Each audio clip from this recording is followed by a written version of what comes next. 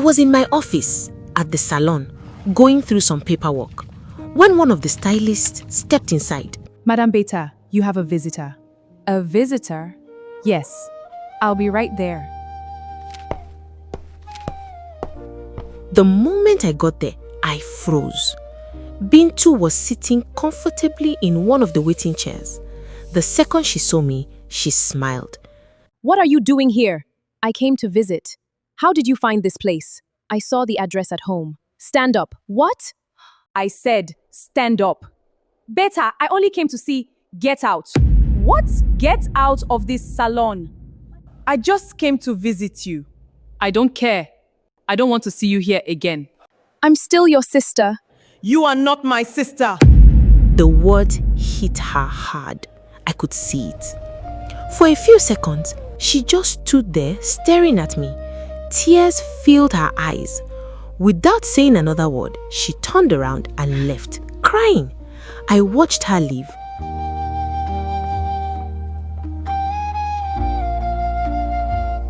That evening, when I got home, Bintu was already inside. Her eyes were swollen. She had obviously been crying. I didn't say anything. I walked past her, entered my room, took a shower, and went to bed. The next day was my day off. One of my friends came over to spend the afternoon with me. We sat in the living room chatting and laughing. Then I called out, Bintu! Go and buy pizza and wine. Yes? When she came back, I barely thanked her. A few hours later, I called her again. Bintu, yes? Go and do the laundry. She quietly picked up the clothes.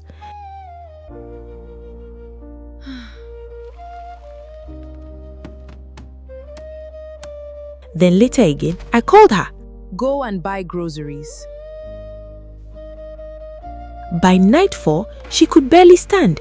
Finally, she broke down.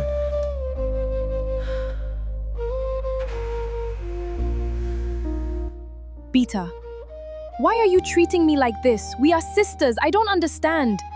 Then I looked directly into her eyes, the same way she had looked into mine years ago. You are not my sister.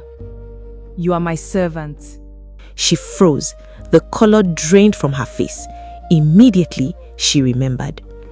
Those were her words, the exact words she had used on me years ago. The next morning, she went out again looking for work. And for the first time in her life, nobody was making things easy for her. Late that afternoon, she got lucky. A supermarket needed someone to help with cleaning. The pay wasn't much, but it was a job. Bintu accepted immediately.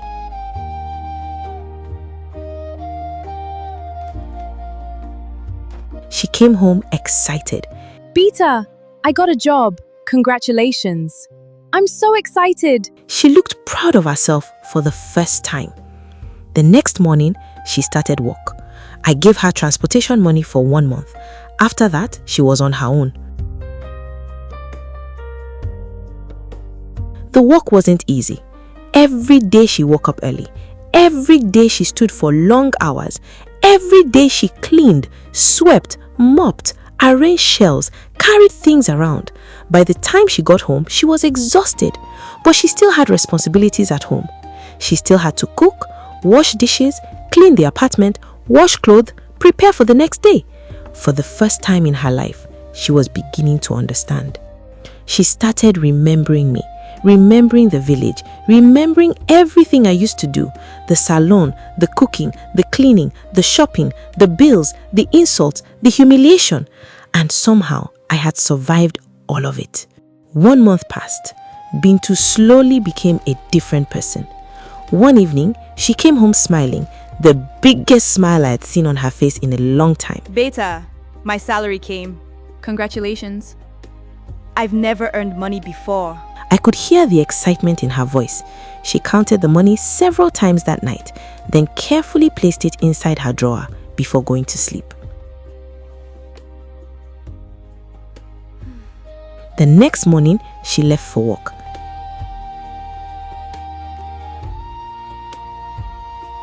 That afternoon, I opened her drawer.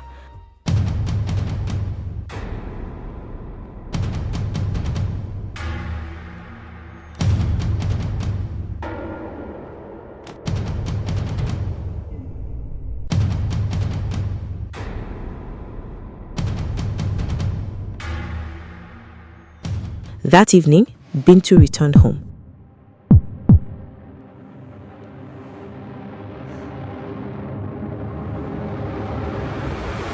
Beta, did you see my money? What money? My salary. I kept it in my drawer.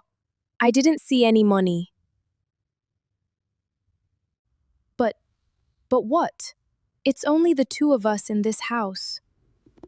Are you accusing me? Are you calling me a thief in my own house? No.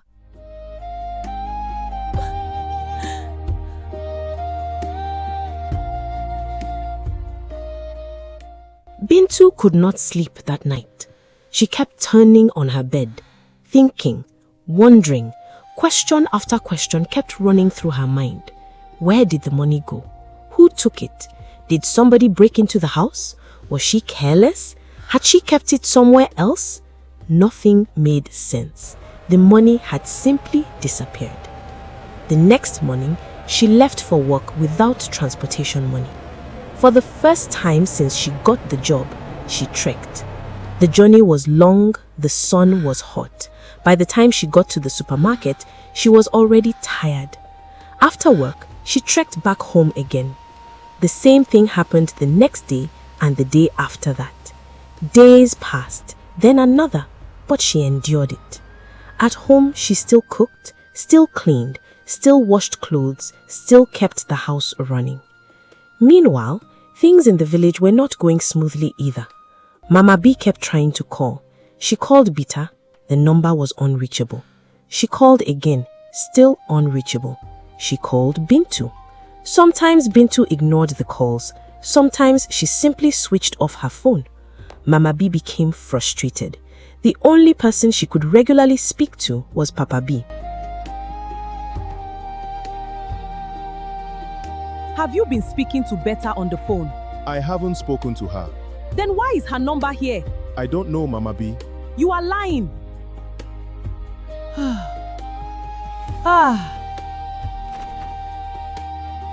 Beta still sent money home for Papa B's medication, but she never spoke to Mama B directly. Whenever she called, she spoke secretly with Papa B, and every time Mama B asked him if he had heard from Beta, Papa B denied it. Mama B never suspected he was lying. One evening, after 2 exhausting weeks of trekking to work and back, Bintu returned home completely worn out. She sat on the floor, too tired to move, too tired to speak, too tired to even stand. Beta walked into the living room and saw her.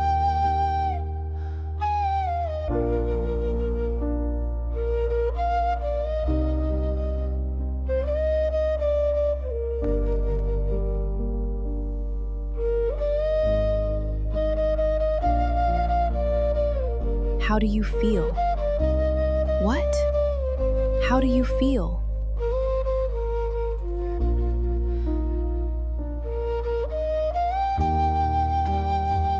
You took it! Do you remember the 50,000 naira you stole from me? Do you remember my phone? The phone I struggled to buy? The phone you collected? The phone you lost? Do you remember the day you refused to let me use your phone to call a customer? I had to walk under the hot sun all the way to her house. And when I got there, she wasn't even home. You have been trekking for 2 weeks. You were tired. You were frustrated. You were angry. That is exactly how I felt.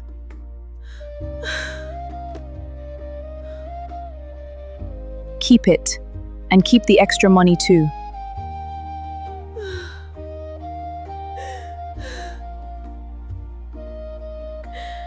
I'm sorry.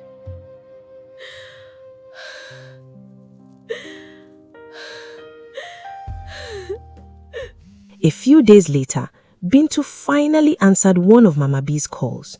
Immediately, Mama B started talking. Bintu, do you want to kill me before my time? Why haven't you been picking my calls? Have you started working at Beta Salon? Mama, I've been avoiding this question. What? What are you talking about? Beta never allowed me to work in her salon. She never allowed me inside. What do you mean she refused? I don't know if she heard our conversation before we left the village. Maybe she heard us. But honestly, I don't care anymore. I don't care about the salon. I don't care about taking her position. I have my own job now. Bintu! What has come over you? I just want my sister back. I've realized how much she suffered. I've realized how badly we treated her. Are you serious? Yes. But she still treats me badly sometimes. One day she likes me. The next day she acts cold. I never know what version of Beta I'll meet. It's hard. Can I come and talk to her? You want to talk to her? Of course. Maybe I can settle things. For the first time, Bintu felt hopeful. Maybe Mama B truly cared. Maybe she wanted peace. Without thinking much about it, Bintu gave her the house address.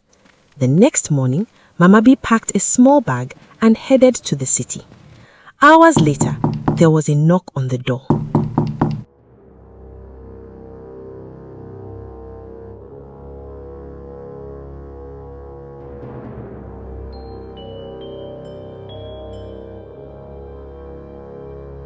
Standing right in front of her was Mama B.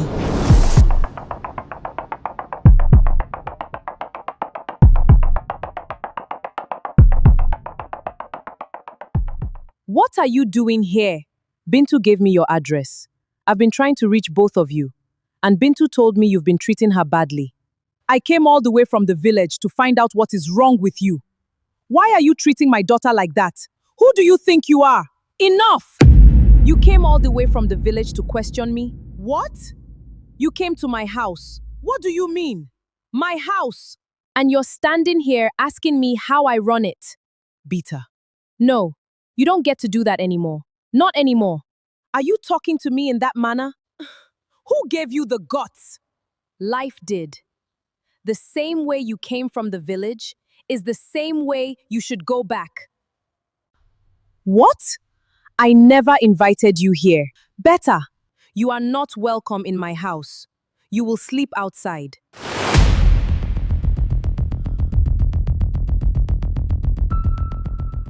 You should leave before I get angry. You can't be serious. I am. Where do you expect me to sleep? That is your business. Better. You can sleep in the corridor for all I care. You would do that to me? You did it to me. Fine, where is Bintu? I haven't been able to reach her. My phone is dead. I need to talk to her. That is none of my business. Then I went inside and shut the door. Mama B remained outside, completely shocked. She knocked several times. I ignored her. Eventually, she stopped. Through the window, I watched her sit down on one of the plastic chairs outside. She still couldn't call Bintu. Her phone battery was completely dead. Meanwhile, I already knew what would happen if Bintu came home. She would beg me. And that wasn't what I wanted. Not yet. I wanted Mama B to understand.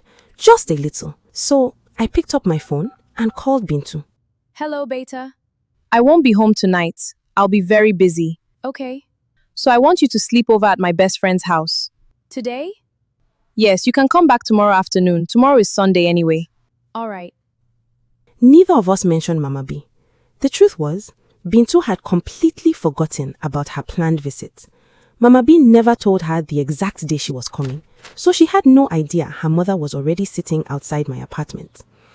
That evening, after work, Bintu went straight to my friend's house, and Mama B remained outside, alone, hungry, tired, ignored.